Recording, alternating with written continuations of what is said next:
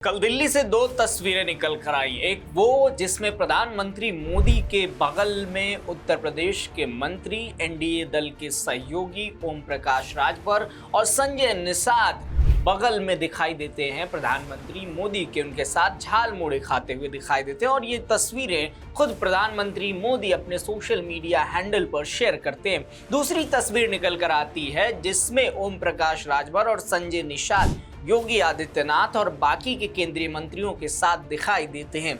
इस मुलाकात के बाद संजय निषाद अमित शाह से कहते हैं कि उत्तर प्रदेश में आप हमें वो सीटें दे दीजिए जहां पर भारतीय जनता पार्टी कमजोर है, हम ये सीटें आपको जीत कर दे देंगे, इसका दावा हम करते हैं। दोस्तों, उत्तर प्रदेश में 2027 के विधानसभा चुनाव में भले ही अभी वक्त हो, लेकिन सियासी बिसात पर मोहरे सजने शुरू हो चुके हैं। भारतीय जनता पार्टी और उनके सहयोगी दल अब चुनावी रणनीति को अंतिम रूप देने की दिशा में बढ़ते हुए दिखाई दे रहे हैं। इसी कड़ी में दिल्ली में हुई एनडीए की महत्वपूर्ण बैठक ने उत्तर प्रदेश की राजनीति में एक नई हलचल पैदा कर दी है, जिसकी तस्वीरें 2 दिनों से सोशल मीडिया पर तैर रही हैं। प्रधानमंत्री मोदी के लगातार 12 साल प्रधानमंत्री रहने के अवसर पर आयोजित इस बैठक को केवल एक औपचारिक आयोजन नहीं माना जा रहा है, बल्कि इसे 2027 के उत्तर प्रदेश विधानसभा चुनाव की तैयारियों का शुरुआती संकेत भी माना जा रहा है। बैठक के बाद जो घटनाक्रम सामने आया उसने यह साफ कर दिया कि एनडीए के भीतर सीटों के बंटवारे और राजनीतिक हिस्सेदारी को लेकर बातचीत अब गंभीर चरण में पहुंच चुकी है। बैठक खत्म होने के बाद सुहेल देव भारतीय समाज पार्टी के राष्ट्रीय अध्यक्ष ओम प्रकाश राजभर और निषाद पार्टी के अध्यक्ष संजय निषाद ने केंद्रीय गृह मंत्री अमित शाह से अलग से मुलाकात करते और ये जानकारी खुद संजय निषाद देते हैं। यह मुलाकात सिर्फ शिष्टाचार भर नहीं थी, बल्कि आगामी विधानसभा चुनाव में दोनों दलों की राजनीतिक भूमिका और हिस्सेदारी को लेकर एक महत्वपूर्ण संवाद माना जा रहा है। सूत्रों का कहना है कि दोनों नेताओं ने अमित शाह के सामने अपनी स्पष्ट मांग रखी है। उन्होंने कहा कि साल 2022 के विधानसभा चुनाव में जिन सीटों पर उनकी पार्टियों ने जीत हासिल की थी, वे सीटें 2027 में भी उनके पास ही रहनी चाहिए। इसके साथ ही उन्होंने उन सीटों पर भी दावा जताया जहां उनकी पार्टी या भाजपा दूसरे स्थान पर रही थी। दरअसल दोनों सहयोगी दलों का मानना है कि उत्तर प्रदेश में कई ऐसे विधानसभा सीटें हैं जहां भाजपा को सामाजिक समीकरणों के कारण सीधी चुनौती का सामना करना पड़ता है, खासकर वे सीटें जहां मुस्लिम और यादव मतदाताओं की संख्या सबसे ज्यादा है। इन क्षेत्रों में भाजपा का प्रदर्शन अपेक्षाकृत कमजोर माना जाता है। ऐसे में राजभर और निषाद दोनों का तर्क है कि उनकी जाति और सामाजिक पकड़ इन इलाकों में भाजपा की तुलना में अधिक प्रभावी साबित हो सकती है। मुलाकात के दौरान दोनों नेताओं ने यह भरोसा भी दिलाया कि यदि उन्हें ऐसी सीटें दी जाती हैं जहां भाजपा पहले चुनाव हार चुकी है, तो वे अपने सामाजिक आधार और स्थानीय समीकरणों के दम पर उन सीटों को एनडीए की झोली में डाल सकते हैं। उनका कहना है कि केवल पारंपरिक भाजपा वोट बैंक के सहारे चुनाव लड़ने के बजाय स्थानीय सामाजिक संरचना को ध्यान में रखकर सीटों का बंटवारा किया जाए तो गठबंधन को बड़ा फायदा मिल सकता है। संजय निषाद की मांग हाल के राजनीतिक अनुभव से भी जुड़ी हुई मानी जा रही है। साल 2024 के लोकसभा चुनाव में निषाद पार्टी के विधायक डॉक्टर विनोद बिंद को भाजपा ने भदोही लोकसभा सीट से अपना उम्मीदवार बनाया था।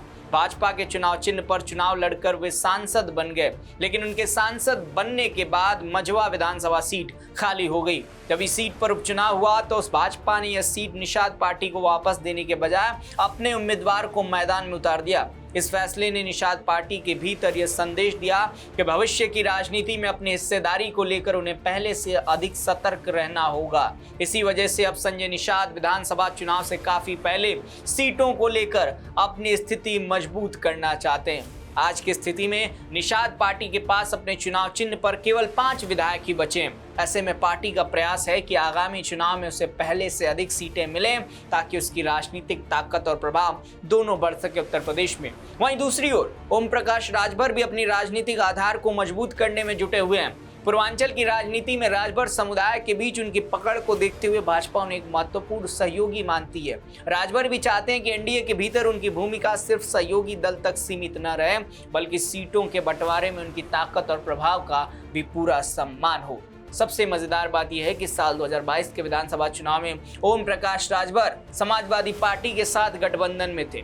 उस समय समाजवादी पार्टी ने सुभाषपा को 17 सीटें दी थी, इनमें से 6 सीटों पर सुभाषपा के उम्मीदवार जीतकर विधानसभा पहुंचे थे। लेकिन बाद में राजनीतिक परिस्थितियां बदली और राजभर एनडीए के साथ आ गए। अब जब 2027 का चुनाव करीब आ रहा है तो राजभर अपनी उसी राजनीतिक ताकत का हवाला देते हुए भाजपा नेतृत्व को यह संदेश देना चाहते हैं कि उनकी पार्टी केवल सहयोगी नहीं बल्कि जीत दिलाने वाली ताकत भी है।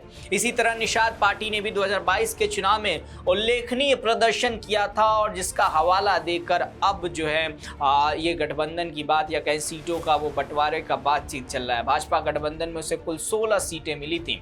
इनमें 10 सीटों पर निषाद पार्टी ने अपने चुनाव चिन्ह पर उम्मीदवार उतारे थे और 6 सीटों पर जीत हासिल की थी। वहीं 6 सीटों पर निषाद पार्टी के उम्मीदवार भाजपा के चुनाव चिन्ह पर मैदान में उतरे थे, जिनमें से 5 उम्मीदवार जितने में सफल रहे थे वो जीत कर वहां से आए थे। यही वजह है कि आज दोनों दल अपने पुराने प्रदर्शन और सामाजिक प्रभाव का हवाला देते हुए एनडीए के भीतर बड़ी हिस्सेदारी की मांग कर रहे हैं। वे यह संदेश देने की कोशिश कर रहे हैं कि उत्तर प्रदेश जैसे विशाल राज्य में केवल भाजपा के संगठनात्मक ढांचे के भरोसे चुनाव नहीं जीता जा सकता, बल्कि छोटे सहयोगी दलों के सामाजिक आधार का भी उतना ही महत्व है। दोस्तों, दिल्ली में हुई बैठक के बाद प्रधानमंत्री नरेंद्र मोदी की एक तस्वीर भी चर्चा का विषय बन गई। बैठक समाप्त होने के बाद प्रधानमंत्री मोदी ने खुद ओम प्रकाश राजभर और संजय निषाद को झालमुड़ी खिलाई और दोनों नेताओं के साथ काफी देर तक बातचीत की। राजनीतिक गलियारों में इस तस्वीर को एक बड़े संदेश के रूप में देखा जा रहा है। विश्लेषकों का मानना है कि प्रधानमंत्री मोदी का यह व्यवहार केवल आत्मीयता का प्रदर्शन नहीं था, बल्कि यह संकेत भी था कि भाजपा आगामी विधानसभा चुनाव में अपने सहयोगी दलों को साथ लेकर चलने की रणनीति पर काम कर रही है, खासकर ऐसे समय में जब उत्तर प्रदेश का चुनाव 2029 के लोकसभा चुनाव की दिशा भी तय करेगा। मुलाकात के बाद संजय निषाद ने बताया कि प्रधानमंत्री मोदी ने सभी सहयोगी दलों से एकजुट रहने का आह्वान किया और कहा कि यदि गठबंधन इसी तरह मजबूत बना रहा तो विकास और राजनीतिक सफलता दोनों सुनिश्चित होंगी। अब सबसे बड़ा सवाल यही है दोस्तों कि 2027 के विधानसभा चुनाव में भाजपा अपने सहयोगी दलों को कितनी सीटें देती है। क्या निषाद पार्टी और सुभाषपा को उनकी मांग के अनुरूप अतिरिक्त सीटें मिलेंगी? क्या भाजपा उन सीटों को छोड़ने के लिए तैयार होगी जहां वह खुद चुनाव लड़ना चाहती है? और क्या सहयोगी दल वास्तव में उन कठिन सीटों पर जीत दिलाने में सफल होंगे जहां भाजपा लगातार संघर्ष करती रही है? इन सभी सवालों के जवाब आने वाले महीनों में सामने आएंगे, लेकिन इतना तय है कि उत्तर प्रदेश की राजनीति में सीटों का यह गणित ही आगे चल के 2027 के चुनावी परिणामों की दिशा तय करने वाला है। फिलहाल सहयोगी दलों ने अपनी दावेदारी पेश कर दी और अब सबकी नजर भाजपा नेतृत्व के अगले कदम पर टिकी हुई है कि आखिर भाजपा का आला कमान और उत्तर प्रदेश में योगी सरकार या कहें योगी आदित्यनाथ इन सहयोगी दलों को लेकर क्या फैसला लेते हैं। आपको क्या लगता है कितनी सीटें भारतीय जनता पार्टी सुभाषपा और निषाद पार्टी को दे सकती है? अपना जवाब नीचे कमेंट सेक्शन में लिखकर बताइएगा और ऐसी तमाम खबरों के लिए देखते रहिए राष्ट्रवाणी।